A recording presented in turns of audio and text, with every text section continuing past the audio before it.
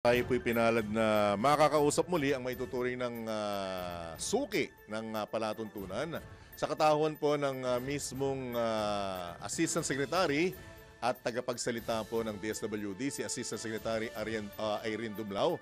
Asek Dumlao, good morning po. Johnny Banyes, Drew Nasino, live na po tayo sa DWIC Hello Channel 23, ma'am. Good morning po, Asek. John and Drew, magandang umaga sa inyo. Magandang umaga din sa lahat ng sumusubaybay ng inyong pong programa. Alright. Unang katanungan na po, magandang balita po yung aming hihinga ng reaksyon sa inyo dahil naraanan ko, tama po ba na 7 ba out of 10 Filipinos ang masaya at nagpapasalamat dahil sa mga natanggap na tulong mula sa mismong 8 out of 10 ba? 8 out of 10 na mga Pilipino ang mga nagpapasalamat po sa tulong na nagmumula sa inyong tanggapan. Asek. Well, unang-una po, ang Department of Social Welfare Development ay nagpapasalamat sa patuloy na pagtitiwala ng publiko sa aming pong ahensya. Ito po ay, of course, magsisilbing inspirasyon sa lahat po ng Angels in Red Vest sa pamumuno, of course, ng aming butihing Secretary Rex Gatchalian na mas pag-ibayuhin pa po yung paghahatid serbisyo nang sa gayon yung pangangailangan nga ng mga mahihirap nating mga kababayan, the vulnerable and the marginalized will be promptly addressed. At ito nga pong patuloy na pagtitiwala ay patotoo rin sa dedikasyon at commitment ng lahat po ng kawani ng DSWD. And this will continue to fuel our drive to perform the best that we could and to further innovate nang sa gayon mas maging responsive pa po yung mga programs and services natin. Sek Dumlao, pasensya na, medyo actually wala sa wala sa linya ng katanungan dapat. Kaya lang pumasok lang sa isip ko. Napansin niyo po yung ginawang demolition do sa hanay ng central office ninyo diyan sa may Commonwealth, ma'am. May binabanggit na kaya raw po dinemolish yung mga bahay na yon dahil kukunin na raw po ng DSWD yung lupa. Is it true? Wala pong wala pong capital expenditure ang DSWD. So wala po tayong ipapatayo na any property. But I will have to verify this information. Ano po? Para mas maging malinaw lang, dahil binabanggit na gagawin daw parking lot? Allegedly, dahil wala nang pwesto sa inyong maparadahan? Isa sa mga facility po ninyo. Meron po kaming proposed na infrastructure para po sa multi-level na parking space, but it's within the compound of the department. Wala pong madi-displace kasi sa likod lang po yon ng isa sa mga building po namin. So it's within the compound. Alright. At least malinaw kasi sa inyo na po mismo manggaling na walang kinalaman ang DSWD doon sa ginawang demolition dahil naaangguloan sa social media na kaya raw kinuha yung kanilang mga pansamantalang tahanan dahil gagawin nga pong parking lot ng inyong tanggapan, Asek Dumlao. Buti naman sa inyo na mismo nanggaling yung paglilinaw. Salamat po, Asek, for that. Opo. Alright. Diretso naman tayo. Doon po sa inyo po mga achievement, lalo po ngayong taon, doon po sa mga 4Ps. Kumusta naman po ang pagtulong sa ating po mga kababayan? Na dagdagan pa po ba yung mga miyembro po ng 4Ps? At of course, meron din po mga gumagraduate din sa 4Ps, di po ba? Ano na po ang mga resulta, Asek? Yeah, tama po.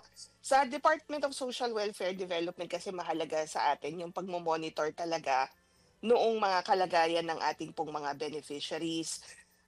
Nang sa gayon, matiyak natin na nag-i-improve yung kanilang level of well-being at matiyak din natin na nag-work yung interventions na ibinibigay natin sa kagaya nga po ng Pantawid Pamilyang Pilipino Program, which is yung namumuhunan siya sa edukasyon at kalusugan ng ating pong mga mahihirap na mga kababayan. Mula po ng namuno si Secretary Rex Gatchalian, nasa mahigit 1.4 million na po na households yung nag-exit from the program dahil nakita natin na maayos na po yung kanilang kalagayan, kaya na po nilang tumayo sa sarili nilang mga paa. So, dahil nga meron tayong mga nag-exit Opo. at meron pa rin naman po tayong mga nasa waitlist, ano po, pinag-aaralan na rin naman po kung papaano natin dadagdag o mai-enroll itong mga nasa waitlist, yung mga mahihirap pa ng pamilya dito Mm. sa programa. Opo. Yan naman po ang layunin natin, ano, talagang matiyak na inclusive yung ating pong programa, lahat ng mga eligible na mga mahirap ay mapasama at mabigyan din po ng karampatang tulong. So, for the 4Ps alone, we're looking at, of course, for 2026, ano, yung pagdagdag sa mga program beneficiaries. Gayun din Mm. naman po sa Walang Gutom program. Kung matatandaan kasi 750,000 households yung pong target natin dyan. So, this year, nagdagdag na po tayo ng karagdagan pa na 300,000 para Mm. maging 600,000 household beneficiaries na po yung ating beneficiaries. And by next year, idadagdag natin yung karagdagan pa ng 150,000 so that ma-meet natin o ma-serve natin lahat Opo. ng ating target beneficiaries. Opo. Asek Dumlao, maganda po yung mga layunin, maganda yung mga naging achievement nyo. Pero hindi po ba apektado ang budget ninyo dun sa ikangay tinatapyasan pagdating sa 2026 national budget, yung ahensya ninyo? Asek? Well, wala naman po tayong nakita, ano, nung nagkaroon ng deliberation sa House at sa Senate. Nung pong ating proposed budget for 2026 ay wala naman po tayong nakita na reduction in our proposed budget. Hopefully nga po ay magkaroon pa po ng karagdagan, ano po, para mas matiyak natin na yung ating pong mga kinakailangan pa na improve, enhance na programs ay magawa nga po natin. Opo, aside from doon sa 4Ps, of course, meron pa rin po kayong mga ibang program, di po ba? Yung AIX, yung, of course, yung social pension ng mga senior citizens, Yakap, Asik Irene? For the 2026 budget, wala po dong AKAP program. Okay, But we okay. have the assistance to individuals in crisis Oh, yan, yes. situation AIX, AIX. and Okay. other social services Hmm. na magpapatuloy po for social welfare services and other social protection programs ay magpapatuloy po next year. Alright, dito sa binabanggit na latest, umabot na po sa almost 8 million ang naipamahagi ninyong tulong sa mga apektado ng Bagyong Wilma. Ano pong latest sa Asek Dumlao sa mga tulong pang pinagkakaloob ninyo sa mga nasalanta po? That's correct. Umabot na po sa mahigit 8.5 million pesos worth of humanitarian assistance yung pong naipahatid natin sa mga naapektuhan nitong nagdaang bagyong Wilma at ng shear line. And nagpapatuloy naman po ang department sa pag-a-assist pa rin sa mga local government units, particularly those from Region 5, Region 6, the Negros Island Region, pati na rin po Region 8, Region 10 at Caraga. Nang sa gayon, yung kwadla pong pangangailangan ay agaran din nating matugunan as part of our mandate to provide augmentation support. Yung pong tulong natin ay binubuo, of course, ng mga family food packs at mga ready-to-eat food boxes.